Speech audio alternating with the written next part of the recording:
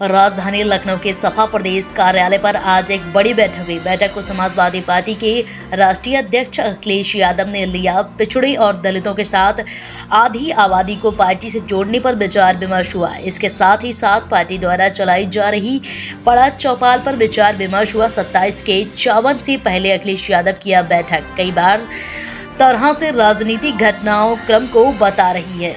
कार्यालय में बड़ी बैठक हुई है, क्या कुछ अखिलेश यादव दिशा निर्देश जारी किए? ऐसी बैठकें निरंतर होती रहती हैं। हम पिछड़े दलितों, अल्पसंख्यों, आधी आबादी को जोड़ने के लिए नई नई नीतियाँ, नए नए कार्यक्रम लाते हैं। ये सरकार अन्यायी और अत्याचारी सरकार है, केवल सत्ता में रहना चाहती है। 2027 में हम इस सरकार को हटाएंगे और आदरणीय अखिलेश यादव जी को मुख्यमंत्री बनाएंगे। पीडीए चौपाल के माध्यम से क्या कुछ जनता तक संदेश ले जा रहे हैं?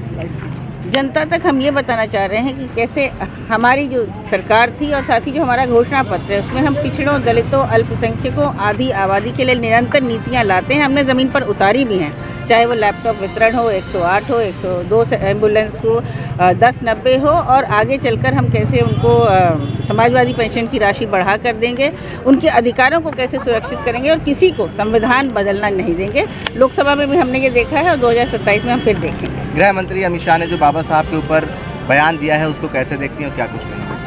उनको माफ़ी मांगनी चाहिए। समाजवादी पार्टी ज्ञापन भी दे चुकी है कि निहायत अशोभनीय है कि कोई भी बाबा साहब अम्बेडकर के विषय में इस तरह की प्रिविलाइज्ड टिप्पणी करे। वो हमारे आदर्श पुरुष हैं और उनका सम्मान हमारे लिए सबसे महत्वपूर्ण है। अमित शाह जी कह रहे हैं हमने कोई गलत बयान नहीं दिया है, हम माफ़ी नहीं मांगेंगे। ये उनकी मर्जी है। ये तो लोग जो समझ रहे हैं, जो हम सुन रहे हैं, उससे डॉक्टर अम्बेडकर का अपमान हमें झलक रहा है। अब बाकी वो गृह मंत्री हैं, कुछ भी सोच सकते हैं। Thank you. पार्टी कार्यालय पे बैठक हुई है, क्या कुछ दिशा निर्देश जारी करें अखिलेश यादव? देखिए, माननीय राष्ट्रीय अध्यक्ष जी संविधान को बचाने की लड़ाई लड़ रहे हैं। जिस तरह से भारतीय जनता पार्टी की सरकार में लूट, भ्रष्टाचार, महिलाओं के साथ हिंसा और तमाम जगह पर जो डकैतियां हो रही हैं वो चरम पर है, भ्रष्टाचार चरम पर है। तो आज लगातार उसी संविधान को बचाने की लड़ाई में डॉक्टर साहब भीमराव अम्बेडकर जी की विचारधारा को लेकर के चलने के लिए माननीय राष्ट्रीय अध्यक्ष जी ने एक संदेश दिया है और जनता के बीच में, जन जन के बीच में जाकर के समाजवादी पार्टी लगातार कार्यक्रम कर रही है। हमारे पीडीए चौपाल चल रहे हैं, जगह जगह अम्बेडकर जी की विचारधारा पर बातचीत चल रही है, वार्तालाप चल रहा है। और किस तरह से भारतीय जनता पार्टी की जो मंशा है अम्बेडकर जी की विचारधारा के खिलाफ, या मैं कह सकती हूँ संविधान के खिलाफ, उसको एक्सपोज करने की जो लड़ाई है वो समाजवादी पार्टी लड़ रही है और जनता का भारी मात्रा में समर्थन हमें मिल रहा है। गृह मंत्री अमित शाह ने जो बाबा साहब के ऊपर बयान दिया है, आप क्या मांग करेंगी?